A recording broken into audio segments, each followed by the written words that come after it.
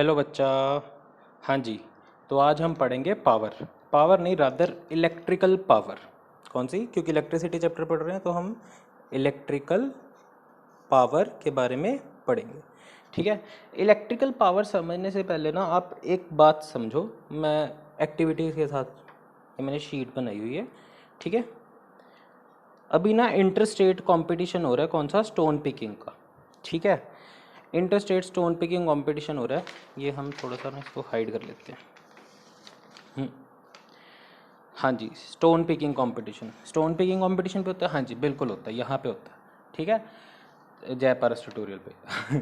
तो 20 सेकेंड्स। अच्छा, तो ये पहले एक स्टेट में ना, इन ये स्टेट ए है, ये स्टेट बी है। ठीक है, दोनों स्टेट है, एक ए है और एक बी है। ए में से भी उन्होंने अपना पार्टिसिपेंट्स चूज़ करके भेजना है और बी में भी उन्होंने आपस में कंपटीशन करवाया। तो दो जनों का कंपटीशन हुआ। इनके रूल्स थे कि 10 स्टोन्स पिक करने हैं और जो कम टाइम लेगा वो जीत जाएगा। ठीक है, तो इसमें 10 स्टोन्स दोनों ने पिक कर लिए, पर रेड वाले ने 20 सेकेंड्स लिए और ग्रीन वाले ने 10 सेकेंड्स लिए। तो विनर कौन सा हो गया? ऑब्वियसली जिसने कम टाइम लिया, विनर। ठीक है। सिमिलरली अब इधर भी हुआ, ब्लू और ब्राउन के बीच में कंपटीशन हुआ स्टेट बी में। उनके रूल्स थोड़े डिफरेंट थे। उन्होंने क्या कहा कि जो टाइम हम सेम देंगे, पर आप जितने ज़्यादा स्टोन्स पिक कर लिए वो विनर। दोनों का टाइम सेम रखा 5 सेकेंड्स, पर विनर अब कौन है? विनर ब्लू हो गया क्योंकि ब्लू ने ज़्यादा स्टोन्स पिक करे, तो ये विनर। अच्छा जी, अब क्या हुआ कि इधर से ग्रीन को चूज़ करके भेज दिया, ग्रीन जीत गया। इधर से ब्लू जीत गया। दोनों को भेजा कंपटीशन करवाने के लिए। पर कंपटीशन वाले दिन क्या हुआ? वहाँ पे हो गई बारिश। ठीक है, rain rain.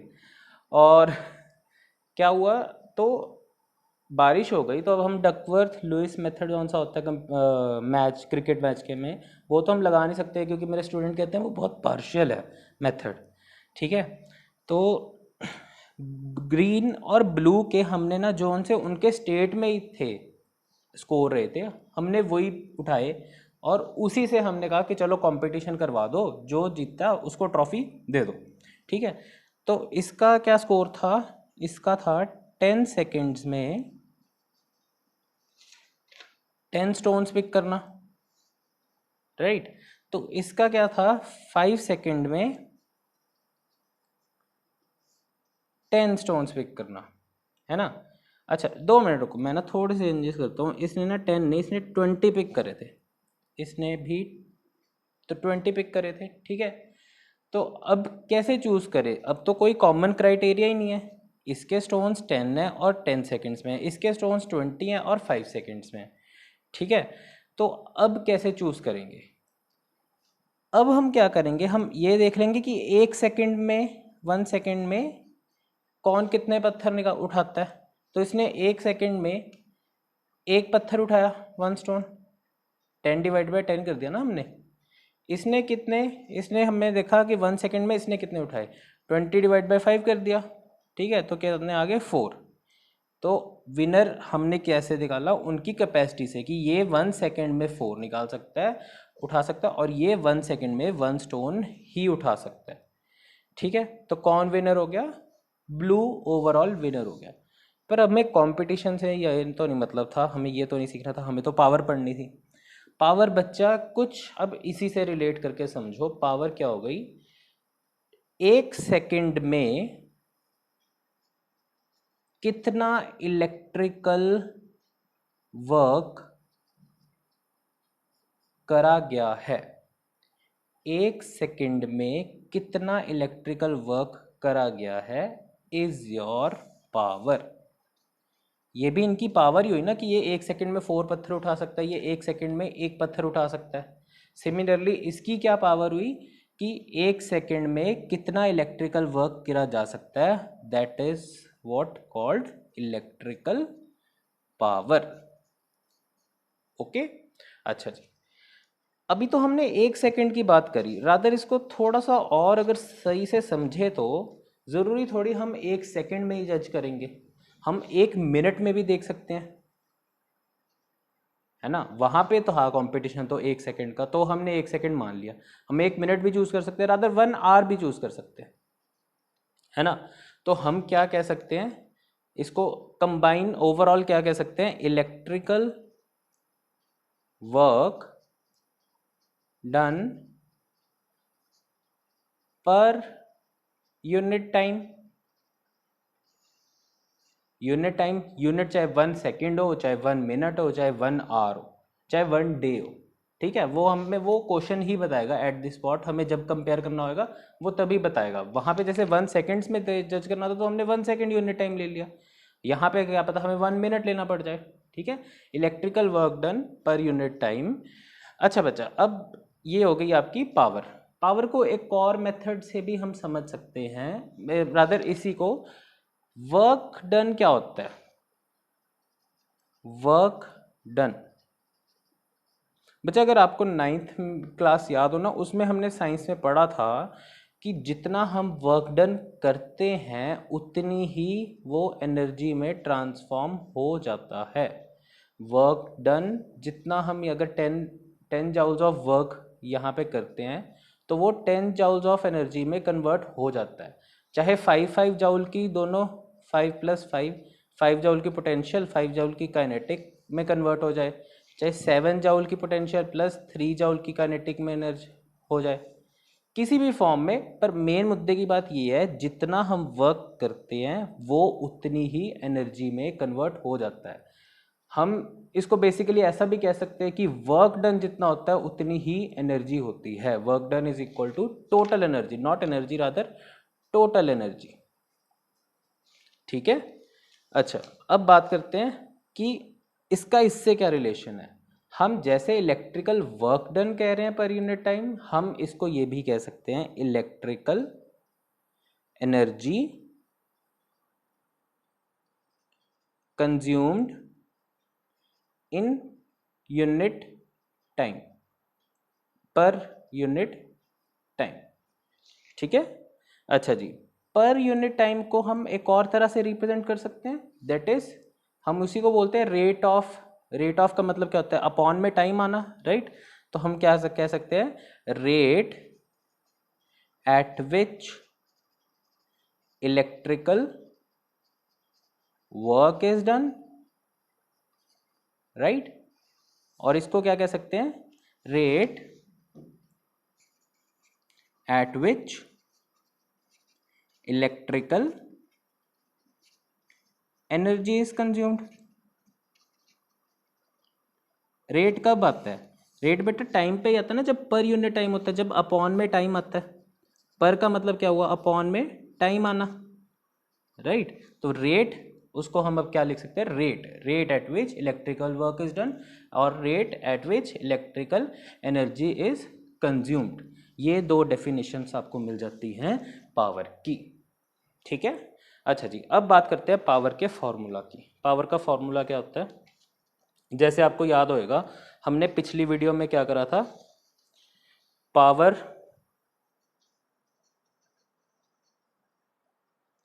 Is equal to, पहले तो हम यही वाली डेफिनेशन यूज करें, power is work done rate at which work is done. Rate मतलब अपॉन में टाइम आ जाना, at which, rate at which work is done, ठीक है। तो work, work upon time is your power. हमने पिछले अभी वीडियो में देखा था heating effects of electric current में, that work is equal to V I T, right, upon T. T T cancel out, तो हमारे पास क्या बचा, V into I. V potential difference, I current, therefore potential power is what, product of potential difference and current. अब Ohm's law यहाँ पे भी लग आएंगे और दो फॉर्मूले हमारे पास और आ जाएंगे। ओहम्स लॉ हमें क्या कहता है, चलो पहले सच इसका SI यूनिट तो समझ लें। पावर का SI यूनिट क्या होता है, वर्क अपॉन टाइम। वर्क क्या होता है, वर्क के यूनिट्स क्या होते हैं, जाउल, टाइम के सेकंड्स, तो पावर के यूनिट क्या हो गए, जाउल पर सेकंड।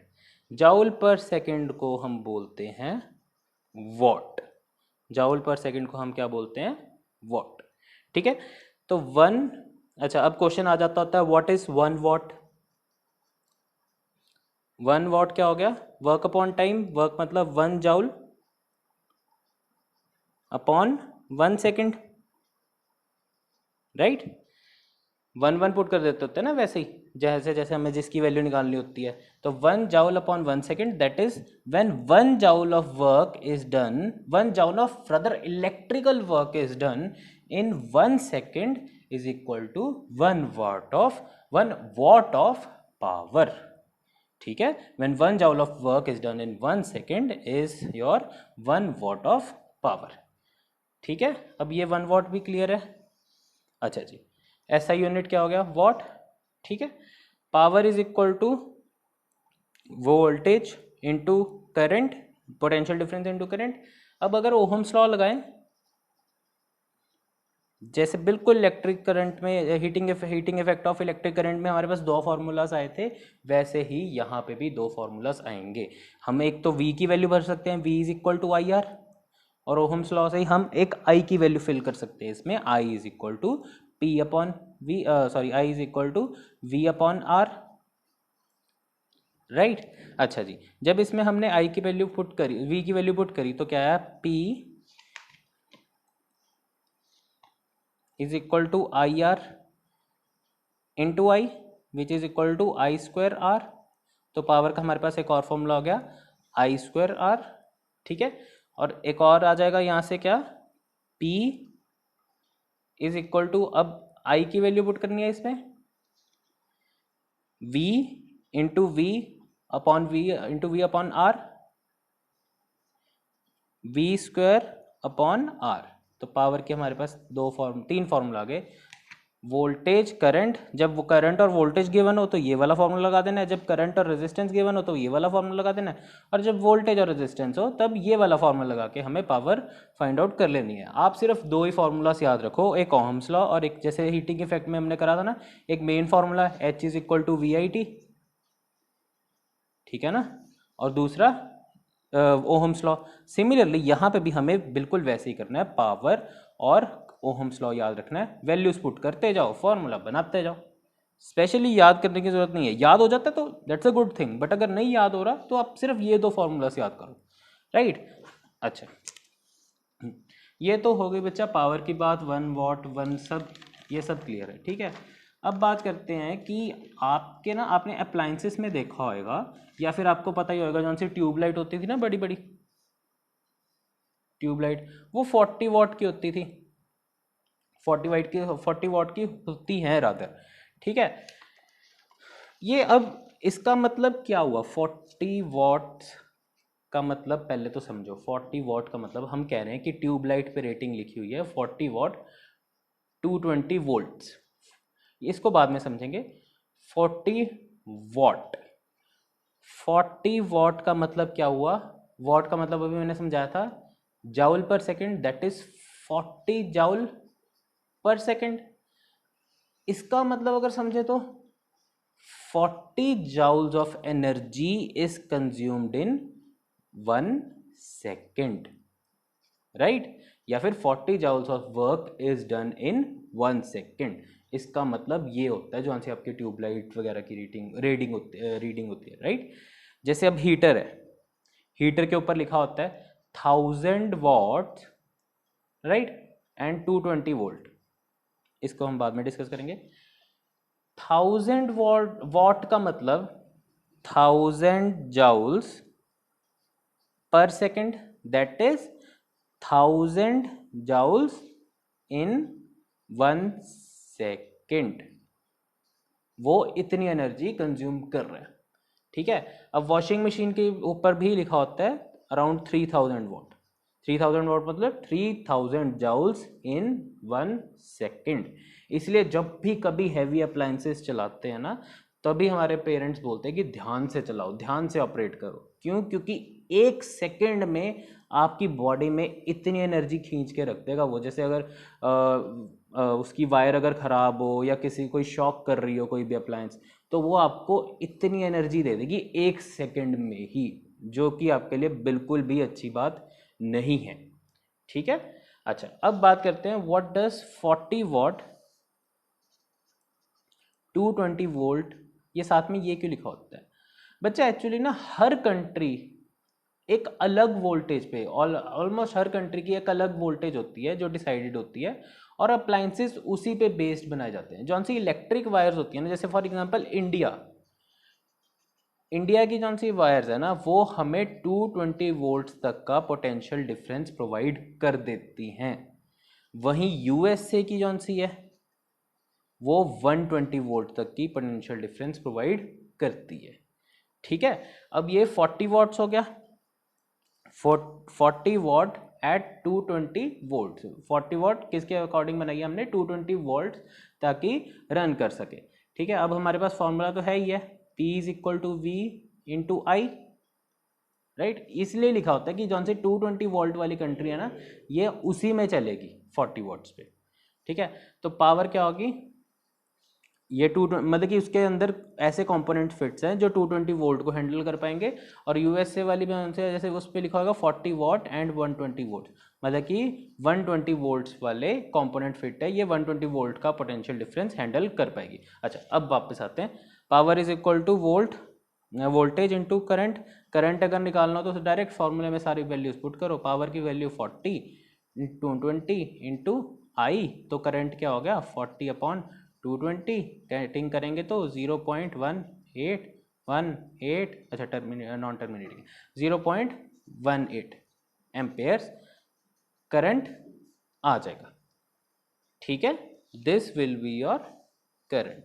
अगर पावर और पोटेंशियल डिफरेंस हमें पता है, जो कि इंडिया का 220 वोल्ट्स ही होता है, और पावर पता है, तो हम बता सकते हैं कि वो कितना करंट यूज करेगा। 0.18 एम्पेयर करंट उसमें से फ्लो होएगा। हीटर की बात कर लें, हीटर 1000 वॉट है,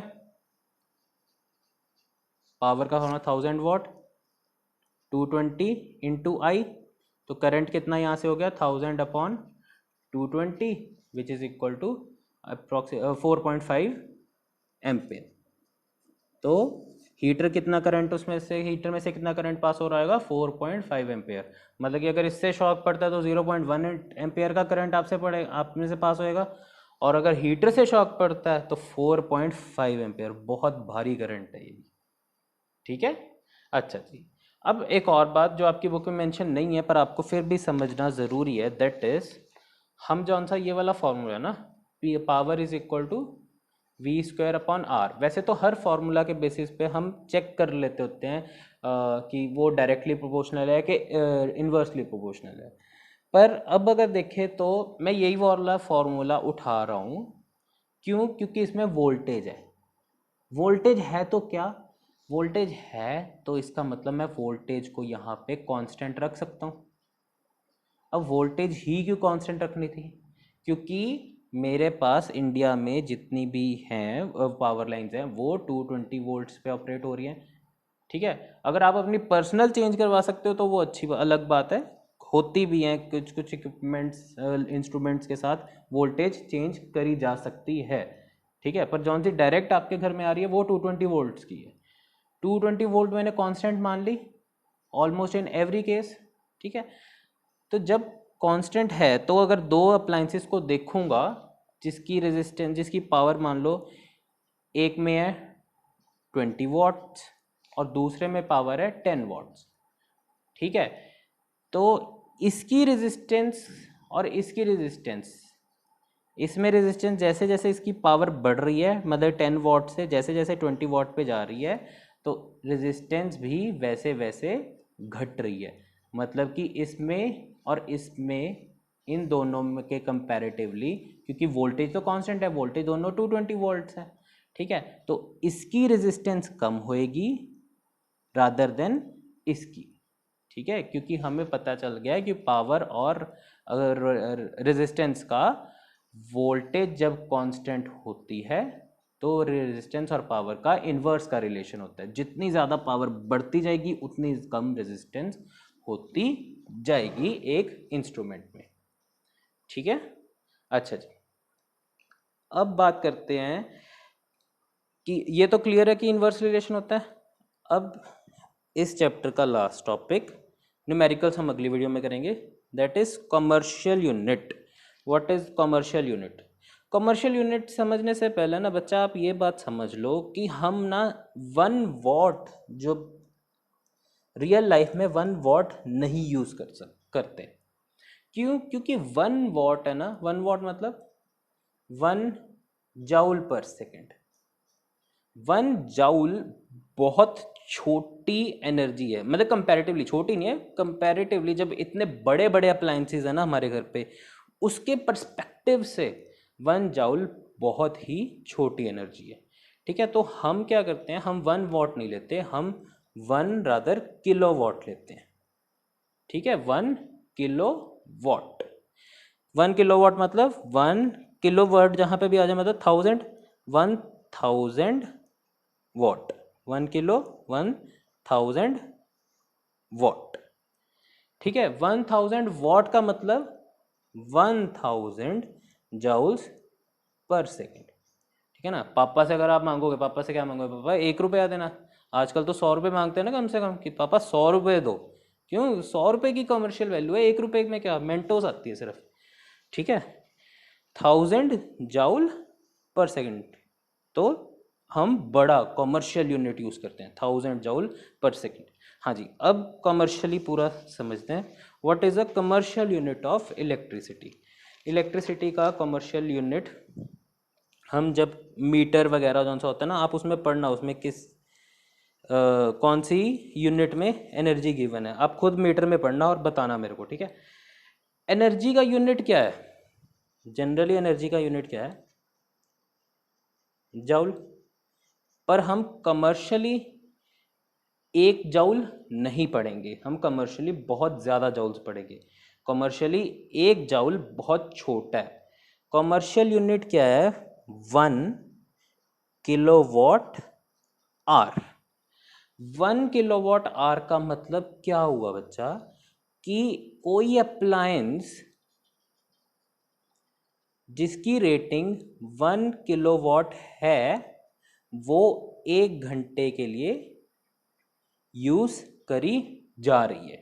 ठीक है, this is your 1 kilowatt our. अब एक ऐसी अप्लायंस जिसकी रीडिंग 1 किलोवाट है वो 1 घंटे के लिए लगातार यूज करी जा रही है, इज योर 1 किलोवाट आवर। अच्छा, अब 1 किलोवाट आवर के एंड में यूनिट्स जूल ही निकल के आते हैं। कैसे देख लेते हैं अभी। 1 किलोवाट का मतलब अभी बताया था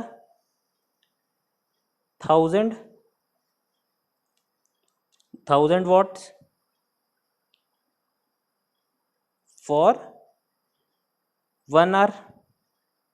पहले इसको ना सिंप्लीफाई करें। 1 किलोवाट का मतलब क्या हो गया? 1 kilowatt for 1 hour. 1 kilowatt hour का मतलब 1 किलोवाट मतलब 1000 watt. 1000 watts for 1 hour, right. Watt का मतलब क्या था? Joule per second. 1000 joules per second in 1 second रहते, मतलब फॉर 1 आवर। अब यहाँ पे सेकेंड है तो मैं यहाँ पे भी सेकेंड कर दूँ 1 आवर के लिए, तो 1 आवर में कितने सेकेंड्स हो गए? 3600 सेकेंड्स।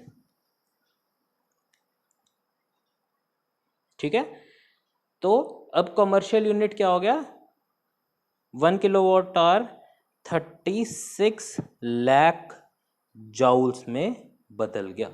1 किलोवाट आवर कितने joules of energy? 36 lakh joules.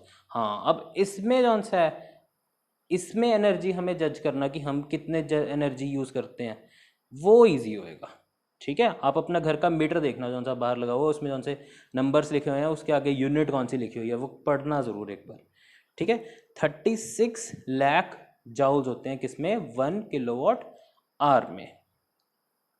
या फिर इसको हम लिख देते हैं 3.6 into 10⁻⁶ joules energy. Energy 1 joule में नहीं हम कैलकुलेट करते, जो सी कमर्शियल पर्पज़ के लिए होती है। कमर्शियल पर्पज़ के लिए हम 1 किलोवाट यूज़ करते हैं, क्योंकि 1 किलोवाट आवर यूज़ करते हैं, क्योंकि 1 किलोवाट आवर 3.6 इंटू 10⁻⁶ जूल्स के बराबर होता है। आई होप ये सारा सारा नहीं, न्यूमेरिकल्स भी पढ़े हैं, ये सारी वीडियो क्लियर होगी। ठीक है, ओके बच्चों।